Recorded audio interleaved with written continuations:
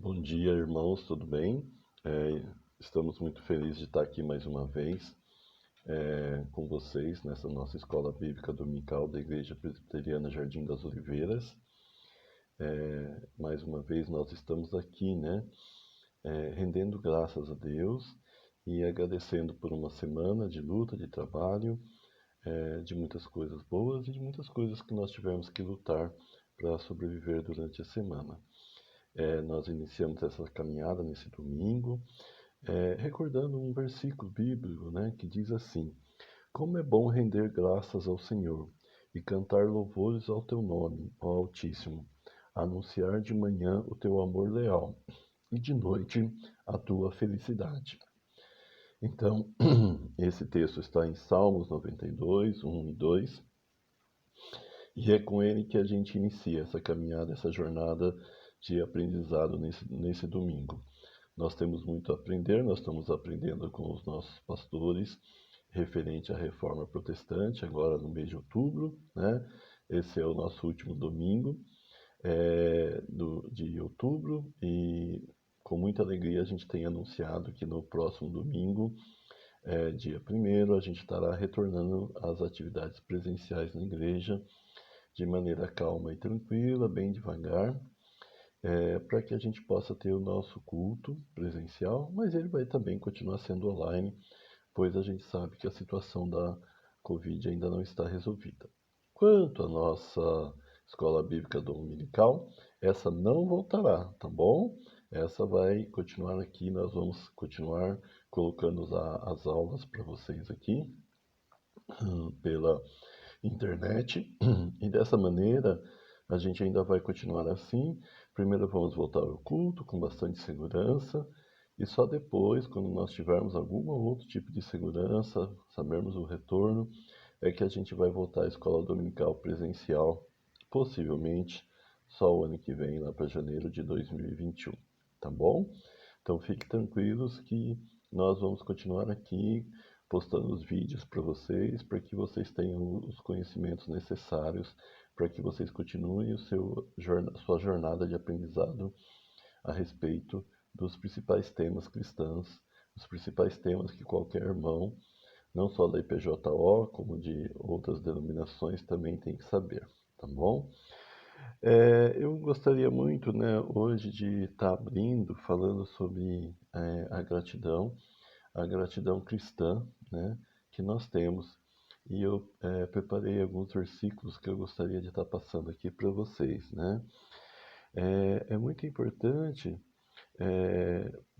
a gente ser grato, né? Como é importante, né?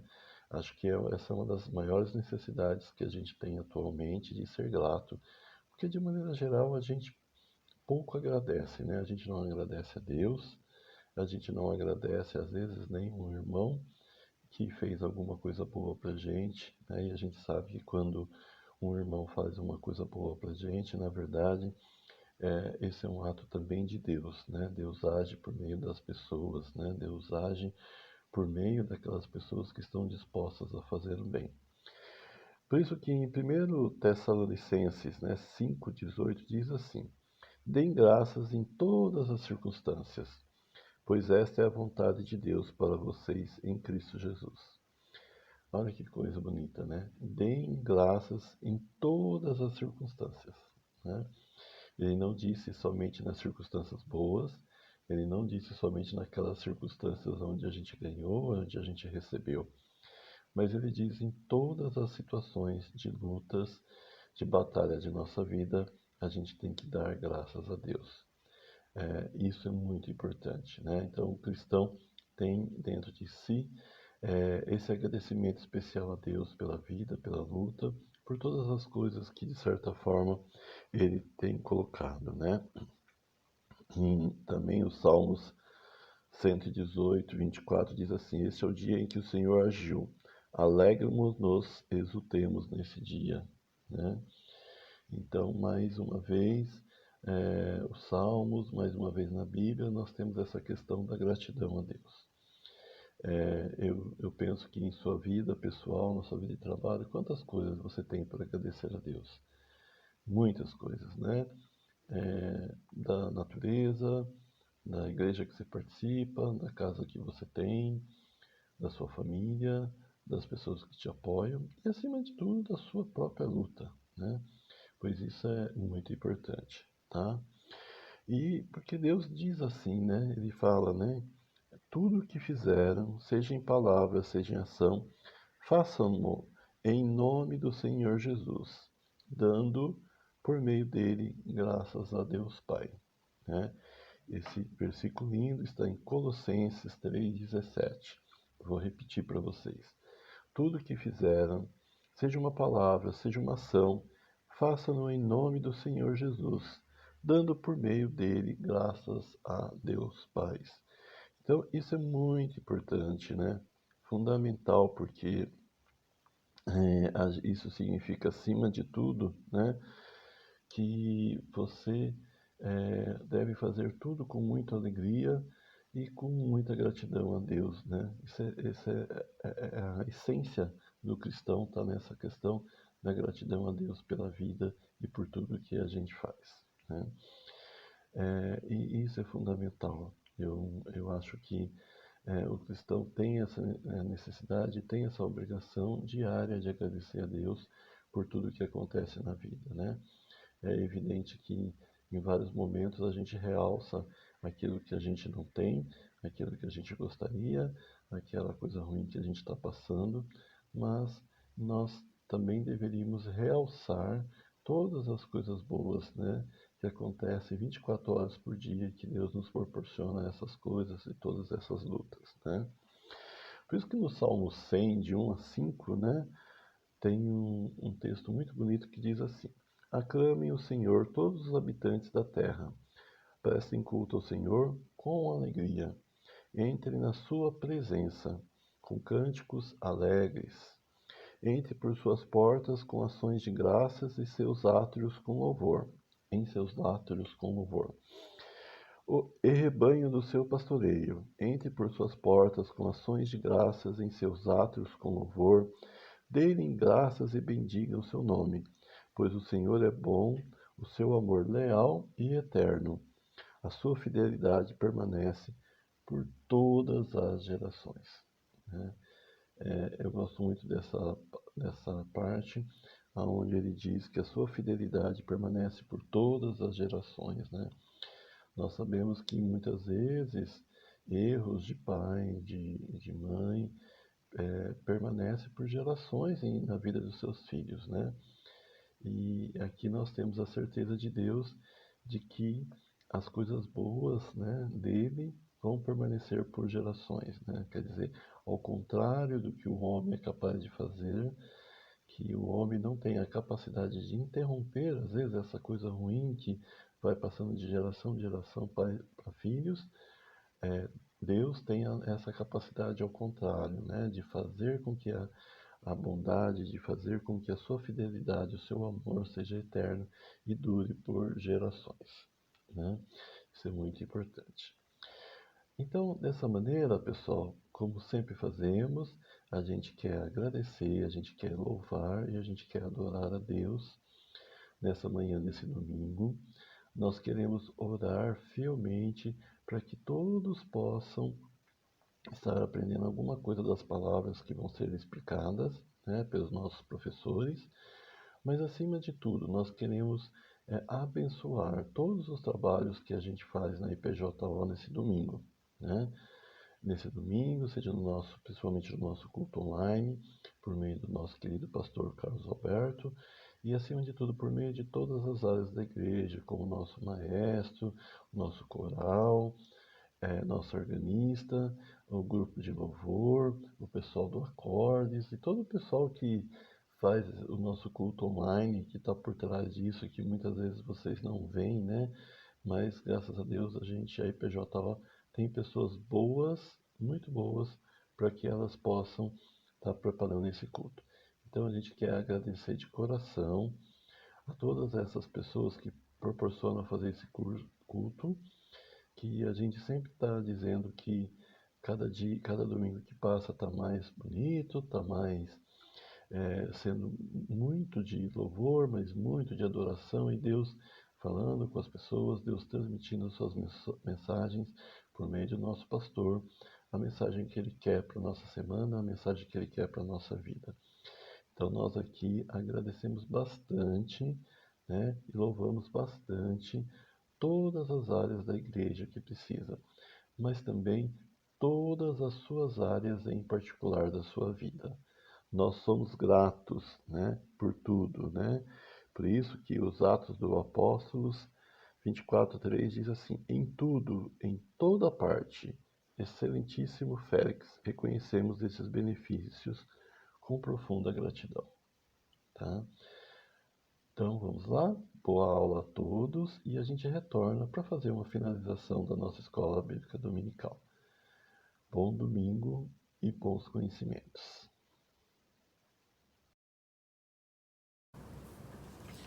Meus irmãos, bom dia. Nós vamos iniciar a nossa escola dominical fazendo a leitura no texto de Atos dos Apóstolos, no capítulo 2. Nós vamos ler a partir do versículo 42 até o versículo 47. Atos 2, de 42 a 47. O texto da palavra do Senhor nos diz assim: E perseveravam na doutrina dos apóstolos e na comunhão, no partir do pão e nas orações. Em cada alma havia temor, e muitos prodígios e sinais eram feitos por intermédio dos apóstolos. Todos os que creram estavam juntos e tinham tudo em comum.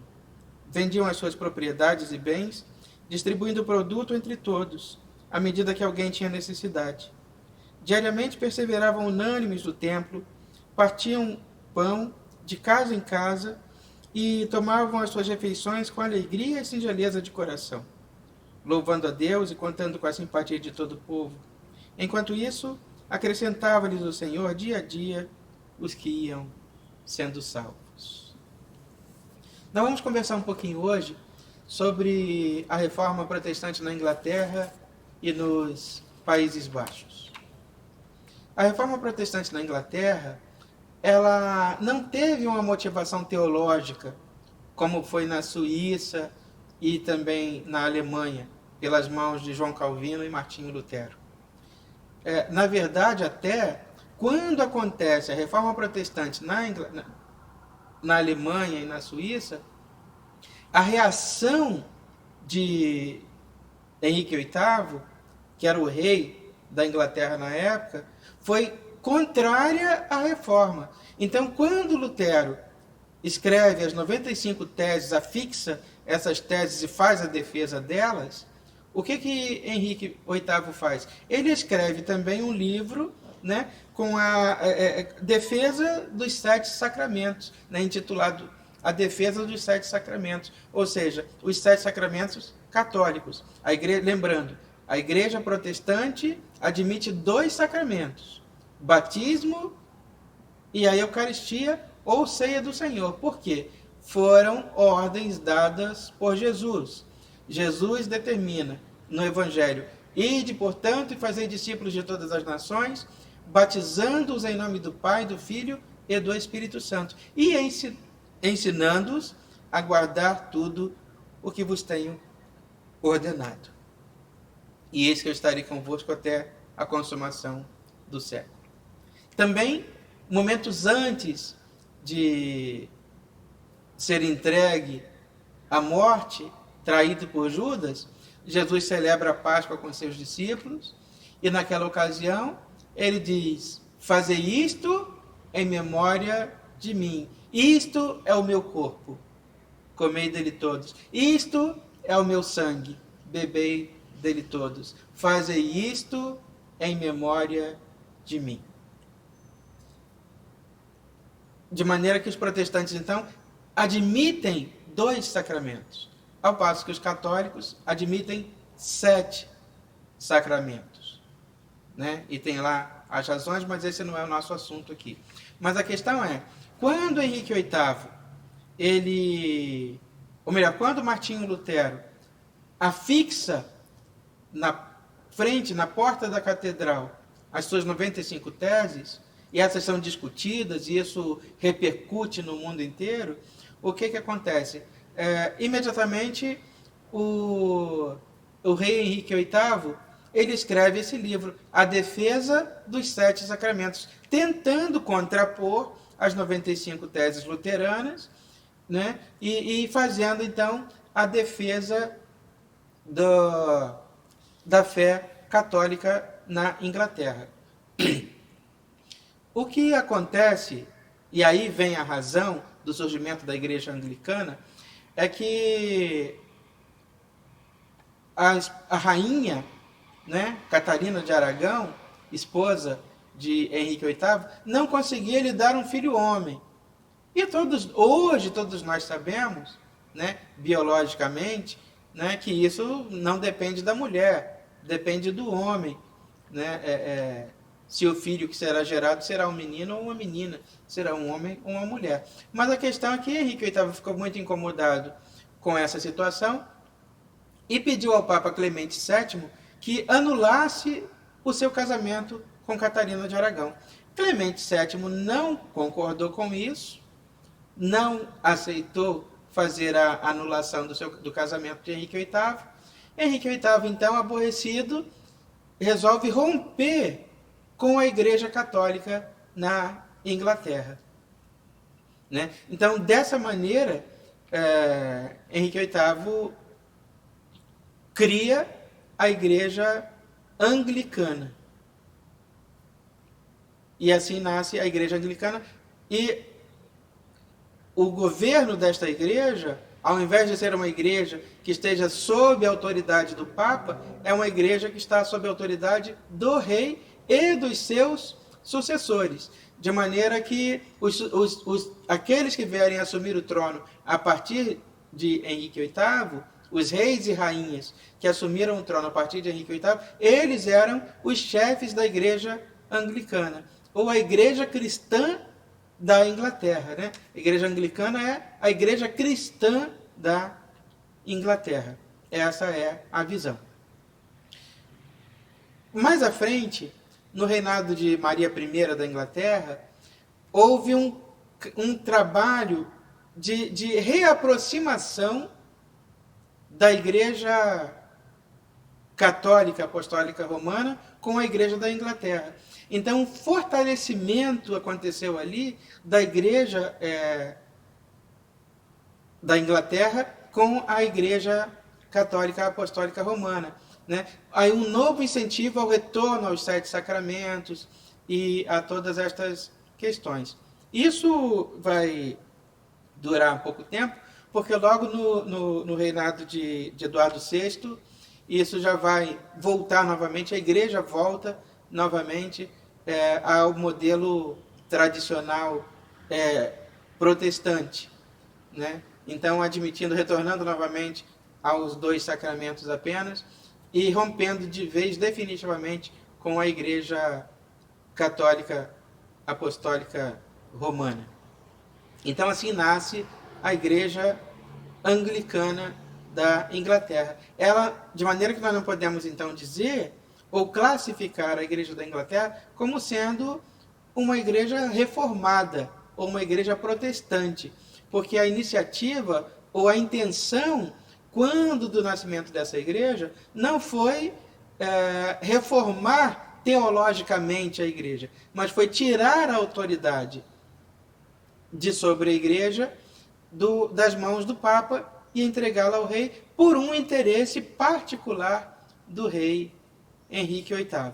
Assim nasce a igreja anglicana. Nos Países Baixos, ao contrário do que aconteceu na Inglaterra e em outros países, né, as 17 províncias que compunham ali os Países Baixos, as lideranças dessas províncias, os líderes dessas províncias, eles não tiveram essa preocupação ou esse interesse em reformar a igreja nessa região.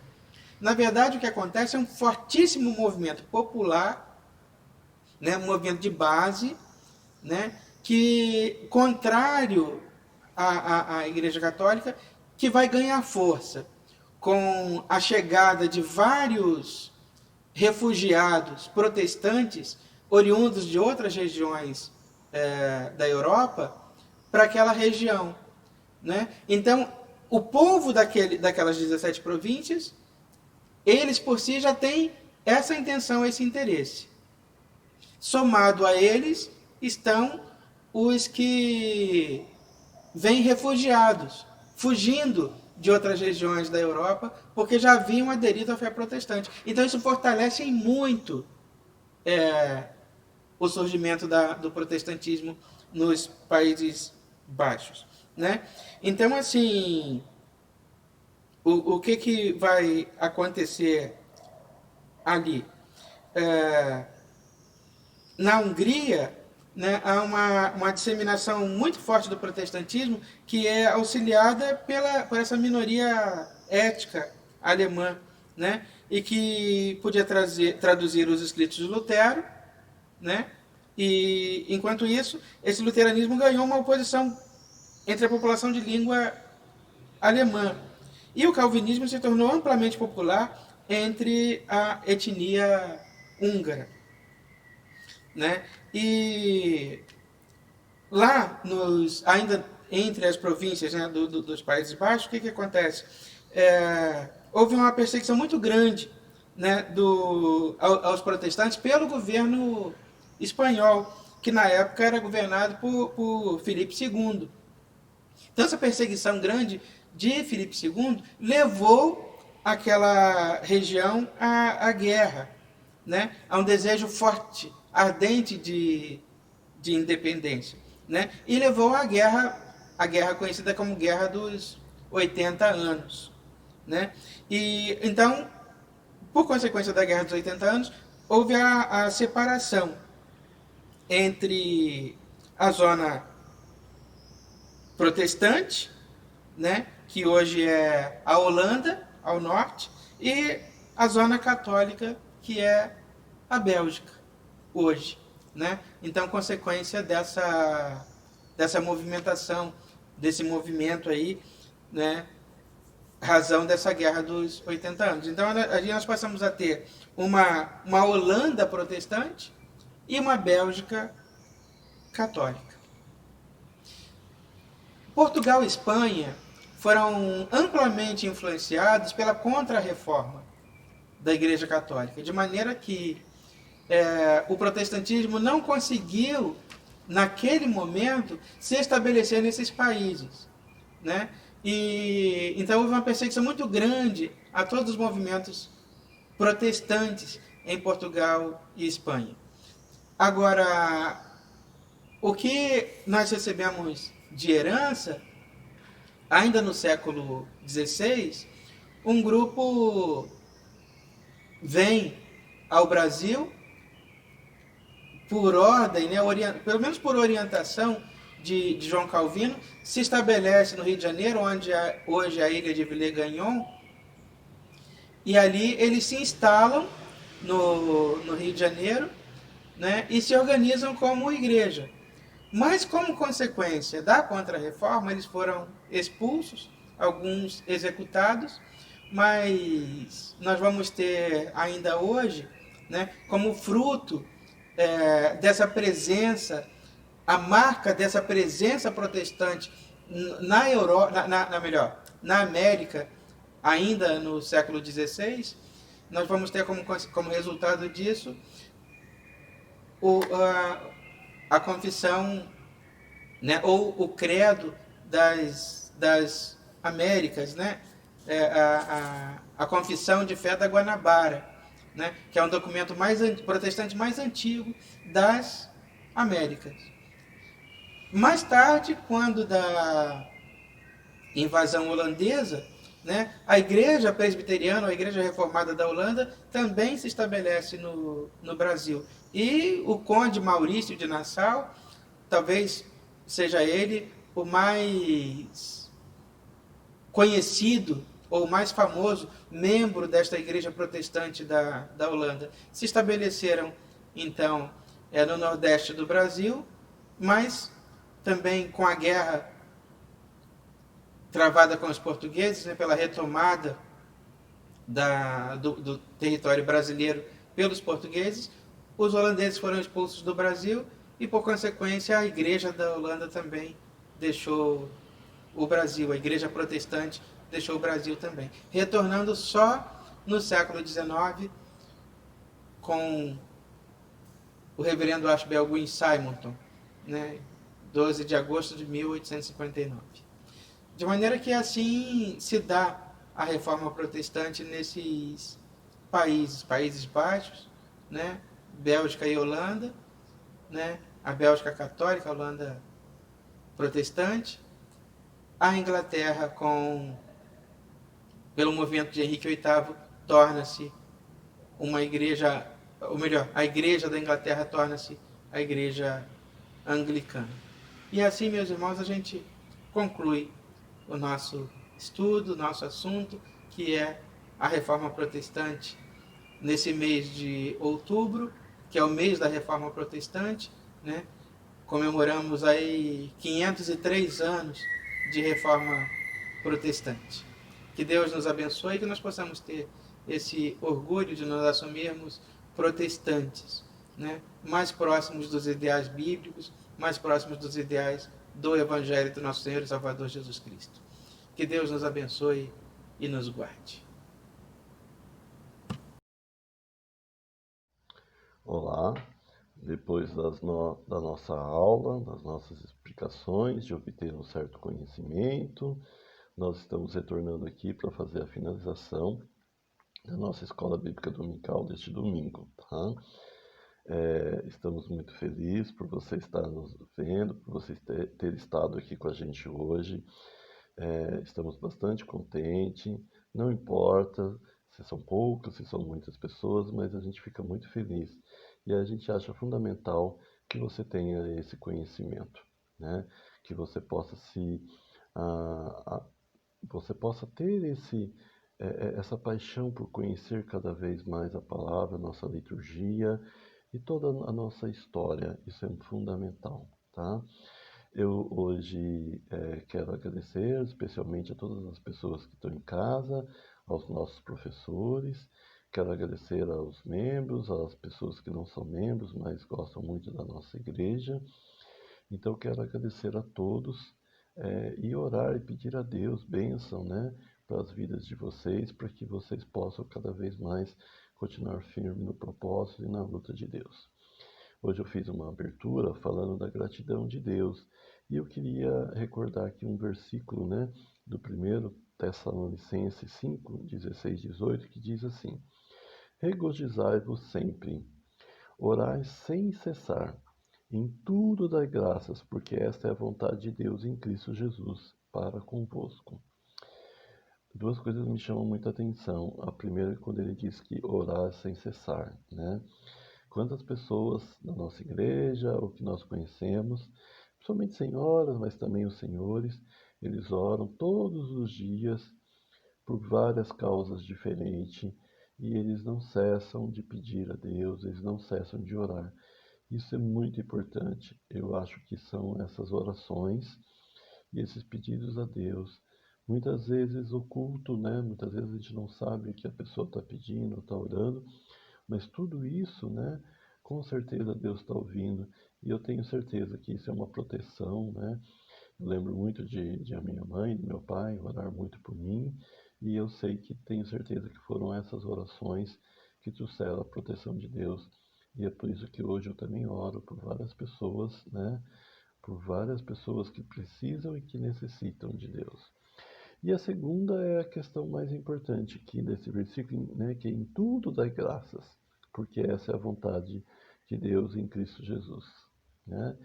Então, acho que o recado está bem dado, né? Em tudo dai graças. Em Filipenses 4, 6, 7, ele diz assim: Não estejais inquietos por coisa alguma. Vou ler bem devagar. Não estejais inquietos por coisa alguma. Antes, as vossas petições sejam em tudo conhecidas diante de Deus, pela oração e súplica com ação de graças. E a paz de Deus, que excede todo entendimento, guardará os vossos corações e os vossos sentimentos em Cristo Jesus. Essa é uma palavra de acalmar o nosso coração, né? Acalmar a nossa mente, né? porque deixa bem claro que a gente não deve estar inquieto por coisa alguma, né? E a segunda parte muito importante, quando ele diz que as nossas petições, os nossos pedidos sejam de conhecimento de Deus. Então a gente tem que deixar claro na oração quais são nossos pedidos a Deus, isso é fundamental, né? Então toda vez que a gente ora, que a gente suplica, a gente deve dar essa ação de graças a Deus, né?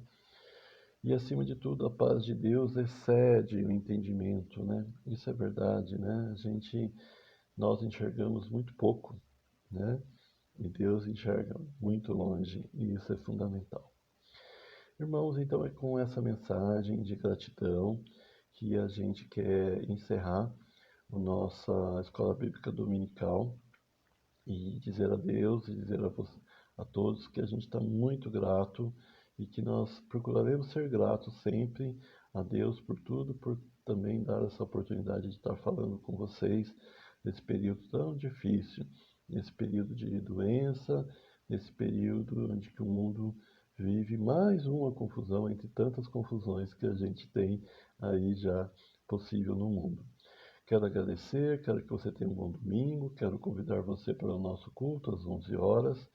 E se você tiver a possibilidade de retornar com a gente no próximo domingo presencial, tudo bem. Se você não puder, com certeza você da sua casa, da onde você estiver, continue assistindo a nossa escola bíblica dominical e também o nosso culto, tá bom? Um bom domingo, pense bem, seja grato a Deus em tudo que você fizer na próxima semana. Um bom domingo, você é muito importante pra gente e até mais. Tchau.